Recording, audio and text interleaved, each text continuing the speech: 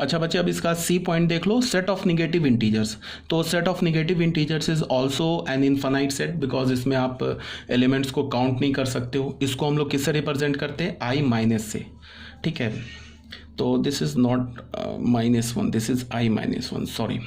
तो ये हमारे पास क्या है? आई माइनस लिखो या जेड माइनस लिखो, ये एक ही बात है। ये किसे रिप्रेजेंट करता है? सेट ऑफ निगेटिव इंटीजर्स को। अच्छा, सेट में बाई कन्वेंशन हम लोग कैसे लिखते हैं? स्मॉलर टू बिगर लिखते हैं बाई कन्वेंशन। अगर तुम बिगर टू स्मॉलर लिख दोगे तो गलत नहीं होगा, ठीक है, चलता है इतना, बट बाई कन्वेंशन हम लोग स्मॉलर टू बिगर लिखते हैं। बट अगर तुम बिगर टू स्मॉलर लिख दोगे तो वो कोई प्रॉब्लम नहीं है, चल जाएगा, वो देखने वाला समझ जाएगा कि नंबर्स क्या क्या हैं। तो इसमें क्या लिखा हुआ है? जैसे कि सारे निगेटिव इंटीजर्स हैं, तो मैंने कहाँ से स्टार्ट किया? डॉट डॉट से स्टार्ट किया, फिर -3, -2, -1। -1 को -2 के बाद क्यों लिखा? Because -1 is greater than -2, -2 is greater than -3 and so on, ठीक है। स्मॉल टू लार्ज लिखते हैं इन जनरल बाई कन्वेंशन। तो ये हो गया set of negative integers. D में आ जाओ, सेट ऑफ इंटीजर्स। ये भी एक इनफाइनाइट सेट है, इसको आई से या जेड से रिप्रेजेंट करते हैं। ये देख लो, इंटीजर्स में तो क्या आ गए? सारे निगेटिव इंटीजर्स भी आ गए एंड सारे पॉजिटिव इंटीजर्स भी आ गए एंड जीरो भी आ गए। तो देखो ये सारे यहाँ से -∞ से लेके -1 सारे निगेटिव आ गए, 1 से लेके इन्फिनिटी सारे पॉजिटिव आ गए, उसमें जीरो भी आ गए। तो ये क्या हो गया? Set of integers. Set of positive integers क्या हो गया? सेट ऑफ पॉजिटिव इंटीजर्स भी हमारा एक इनफाइनाइट सेट है। इसको हमने कैसे लिखा? आई प्लस, जिसको हम कैपिटल एन बोलेंगे, या जेड प्लस लिखा, ये भी हो गया पॉजिटिव इंटीजर्स। ये सब तो क्लियर होगा, तो हमारा पेज नंबर 10 तक भी क्लियर हो गया, ठीक है बच्चे। अब आ जाओ पेज नंबर 11 में। पेज नंबर 11 में क्या है? Set of non positive integers. Non positive का मतलब क्या हुआ? जो निगेटिव नहीं है, सॉरी, जो पॉजिटिव नहीं है। नॉन पॉजिटिव जो पॉजिटिव नहीं है, तो निगेटिव भी पॉजिटिव नहीं है, जीरो भी पॉजिटिव नहीं है। तो नॉन पॉजिटिव में क्या होगा? ये देखो, सारे निगेटिव्स आ जाएंगे, ठीक है, बिकॉज सारे निगेटिव पॉजिटिव नहीं है एंड जीरो भी हमारा पॉजिटिव नहीं है। तो ये क्या हो गया हमारा? Set of non positive integers. Note में मैंने क्या लिखा है? Non positive does not imply negative. Non positive does not imply negative. Non positive imply zero और निगेटिव। नॉन पॉजिटिव में जीरो भी है और निगेटिव भी है। Non negative does not imply positive. Non negative imply zero और positive. ये बात क्लियर है। अब आ जाओ जी पॉइंट पर। जी पॉइंट में क्या बोल रहा है?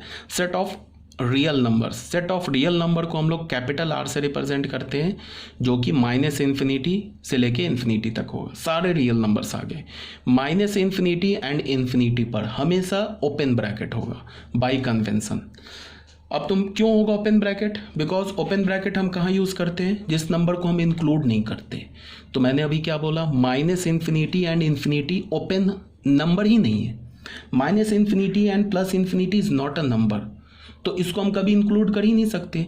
तो बाई कन्वेंशन -∞ और इन्फिनिटी पर हमेशा ओपन ब्रैकेट होगा।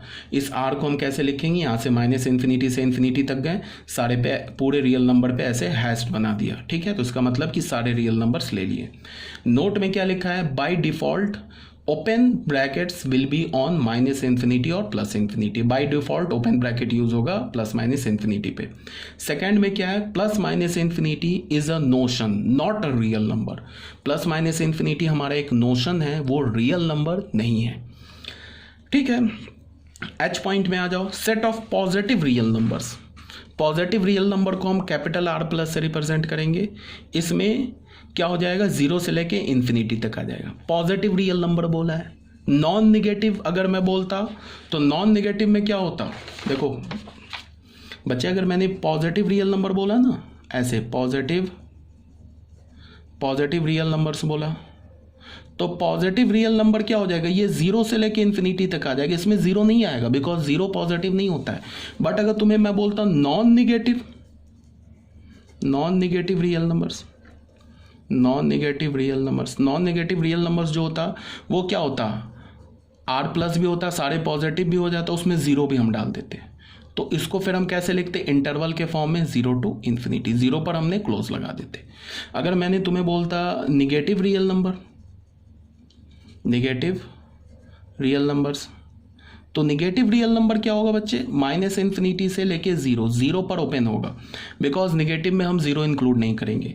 अगर मैं नॉन पॉजिटिव बोलता, नॉन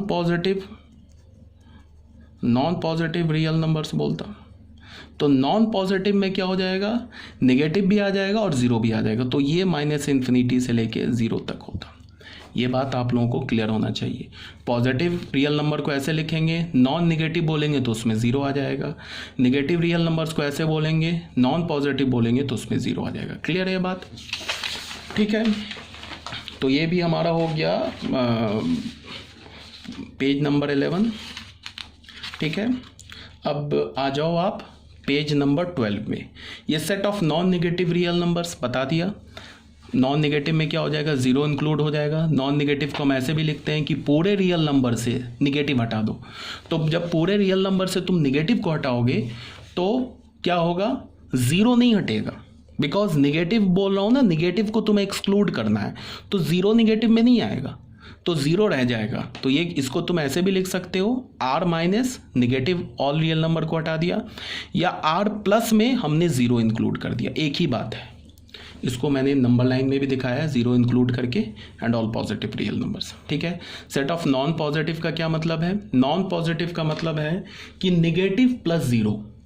तो हमने क्या किया, देखो बच्चे, यहाँ पे माइनस इन्फिनिटी से ज़ीरो तक के सारे रियल नंबर्स ले लिए और ज़ीरो पर क्लोज बनाया, इसका मतलब ज़ीरो भी ले लिया।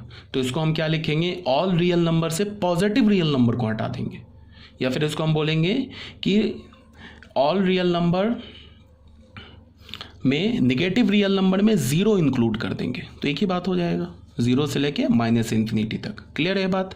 अब आ जाते हैं set of rational number.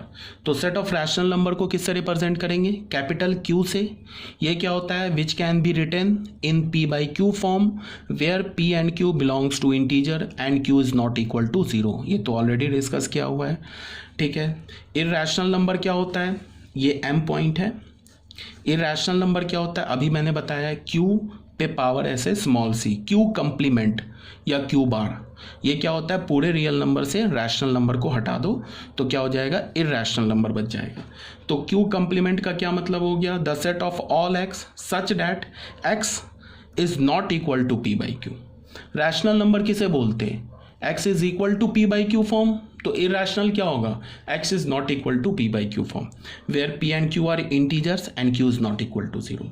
Irrational number का एग्जाम्पल क्या हो गया, जितने भी नॉन परफेक्ट स्क्वायर हैं, जैसे कि रूट फाइव परफेक्ट स्क्वायर नहीं है, root 10, root 11, root 12, root 13, root 14, root 19, ये जितने भी इम्परफेक्ट स्क्वायर हैं, जितने भी इम्परफेक्ट क्यूब रूट हैं, जैसे कि मैंने बोला कि क्यूब रूट ऑफ 9 का क्यूब रूट क्या है, तो 9 का क्यूब रूट तो एक नेचुरल नंबर नहीं आएगा।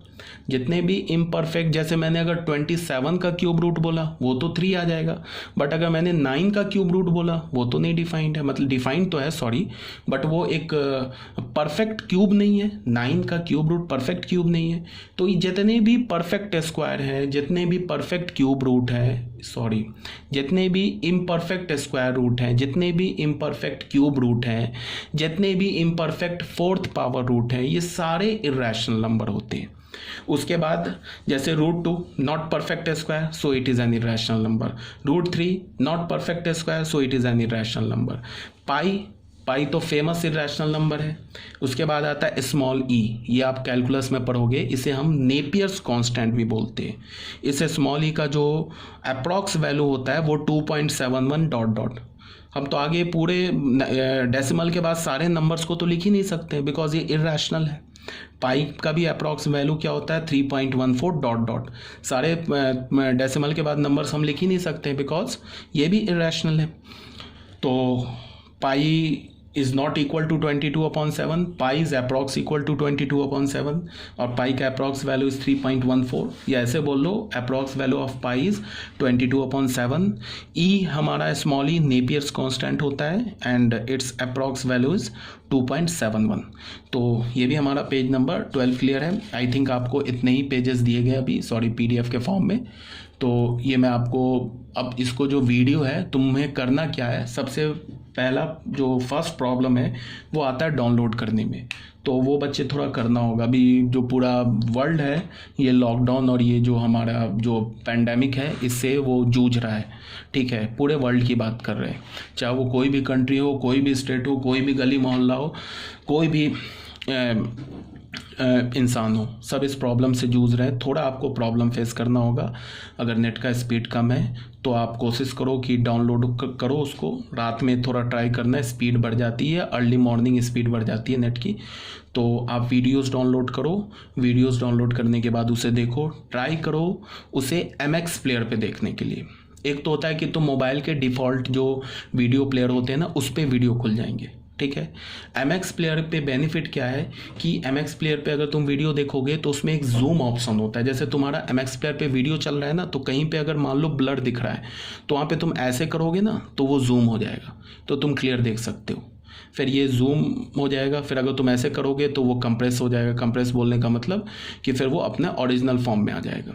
तो एक ये फ़ायदा है। दूसरा क्या है, थोड़ी विजिबिलिटी जो होती है ना MX प्लेयर पे वो थोड़ी सही होती है।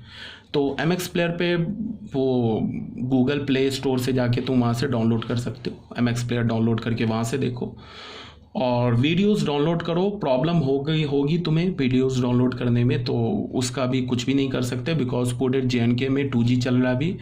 तो ट्राई करो एंड इसको कोई डाउट हो अभी इसके वीडियो में जो अभी जितने वीडियोस बताए मैंने, तुम्हें कोई डाउट है तो बच्चे पूछ लेना। डाउट पूछने में कोई हेजिटेशन नहीं है।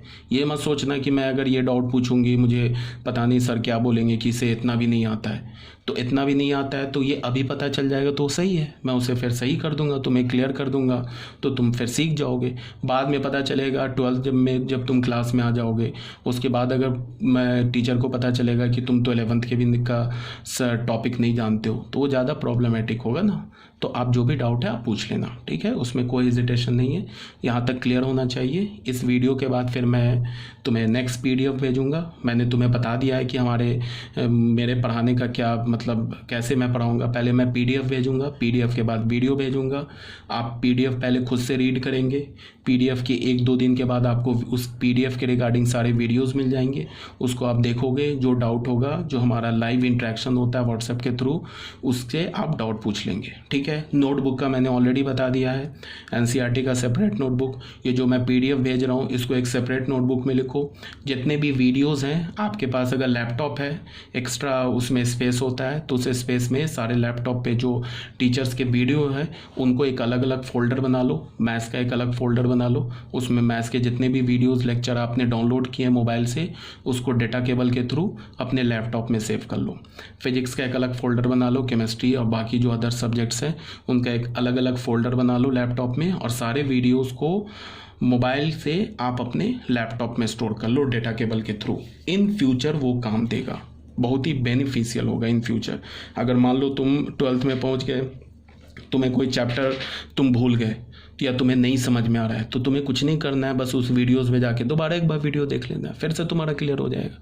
तो ऐसा नहीं है कि वीडियोज़ डाउनलोड भी करते जा रहे हैं और बाकी जो पुराने वीडियोज़ होते जा रहे हैं उसको डिलीट भी करते जा रहे हैं। डिलीट मत करो, तुम्हारे पास एक्स्ट्रा बैकअप है, लैपटॉप है या एक्सटर्नल हार्ड डिस्क है या किसी और 1-2 मोबाइल्स हैं, तो उस पर वो साथ में सेव भी करते रहो, ये तुम्हें काम देगा, ठीक है। फिर ओके, थैंक यू।